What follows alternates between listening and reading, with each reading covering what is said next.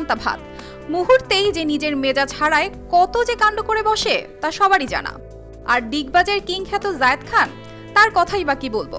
নিজেকে আলোচনায় না রাখলে যেন তার খাবার হজমই হয় না, শুধু উৎপেতে থাকে কিভাবে কোন বিষয়ে নিজেকে আলোচনায় রাখা যায়। আলোর পথে নতুন দিশা। এভাবেই শোবিজের অনেক শিল্পীরাই নিজেকে আলোচনায় রাখতে এক একটা টোটকা করে থাকেন। সম্প্রতি সোশ্যাল মিডিয়ায় একটা ভিডিও ছড়িয়ে পড়েছে, যেখানে দেখা গিয়েছে জায়েদ খান ও সাকিব আল হাসান একটি সুইমিং পুলের সামনে পাশাপাশি দাঁড়িয়ে আছেন। এর মধ্যে সাকিব তার হাতে থাকা মোবাইল ফোনটি পানিতে ছুঁড়ে ফেলে দেন এবং হেঁটে এগিয়ে যান। এ সময় জায়েদ খান অনেকটা হতভম্ব হয়ে দাঁড়িয়ে থাকেন। ধারণা করা হচ্ছে সাকিবের ছুঁড়ে ফেলা মোবাইলটি জায়েদ খানের। জানা গেছে তারা দুইজনেই ওই সুইমিং পুলের পাশে ছিলেন নিজ নিজ কাজের জন্য। কাজের ফাঁকে তাদের মধ্যে চলছিল আলাপচারিতা। এরই মধ্যে ঘটে এই অবাক করা কাণ্ড। ঘটনাটি সম্পর্কে বিস্তারিত না জানা গেলেও